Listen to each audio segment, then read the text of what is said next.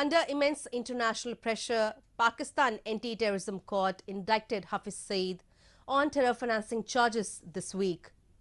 The move seems nothing, just an exercise to hoodwink the international community in order to attract funds from foreign financing institutions and countries allied with Pakistan. A report. An anti-terrorism court indicted Jamaat-ud-Dawa chief Hafiz Saeed on terror financing charges this week in Lahore. The move comes after global immense pressure on the country to bring terror leaders residing in the country to justice. Case against Hafiz Saeed and others was fixed for framing of charges by Counter-Terrorism Department in connection with terror financing in Lahore. But strangely, the dates of hearing kept getting extended until this week. This time also, the court has convicted him along with 4 of his associates. But ultimately, when it comes to giving him the punishment, they will save him somehow. They have done it in the past, they are doing it now, and they might do it in the future also. This entire eyewash has been done on the pressure of the US and the other international agencies. Even the now US diplomat has said that you have to take action, you have to convict him. But when it comes to actually conviction, he is again bailed out. Then he is put in house arrest. These are all the eyewash things which Pakistan tries to fool the world by getting the sanctions removed, getting out of the FATF sanctions, and protecting their basic ISI agenda. Under pressure from the international community, the Pakistani authorities launched investigations into matters of Lashkar-e-Taiba or LET, Jamaat-ud-Dawa or JUD, and its charity wing Falai Insaniyat Foundation or FIF for their holding and use of trust to raise funds for terrorism financing.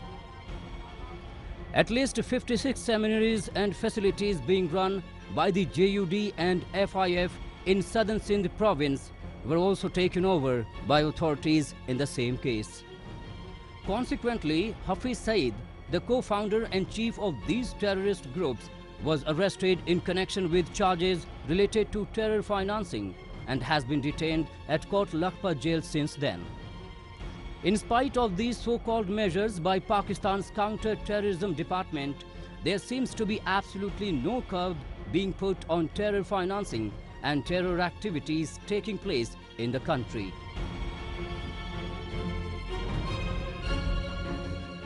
The full-fledged terrorism department in government of Pakistan, which is functioning to protect these terror elements. There is no anti-terror policy as such. This policy is made only as and when it suits them, just to fool the world. They take some action, they put him in house arrest, provide him all the facilities, but the diversion of funding, even the last elections, he was allowed to contest under a different name. He collected funding just out of the Rawalpindi town. He is building a much bigger office there, which nobody is checking from where the funds are coming. He is using religion as a tool to collect funds. So Pakistan is doing basically nothing to arrest these terrorists and stop the diversion of the funds which are meant for actually development of the people in Pakistan, but actually going to the terrorism.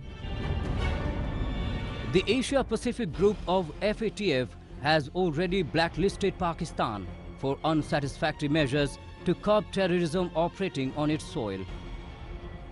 Besides, global terror financing watchdog FATF in October retained Pakistan on its grey list till February next year for its failure to take adequate action against money laundering and terror financing. Pakistan on ground has done nothing to stop this flow of funds to the terrorism, to terror agencies, to the terrorists who are residing and enjoying a good life in Pakistan. The only future we'll see if the pressure is built up on Pakistan internationally and he's moved to the blacklist, then it will have a serious implication on Pakistan, because Pakistan today is surviving on foreign funding only.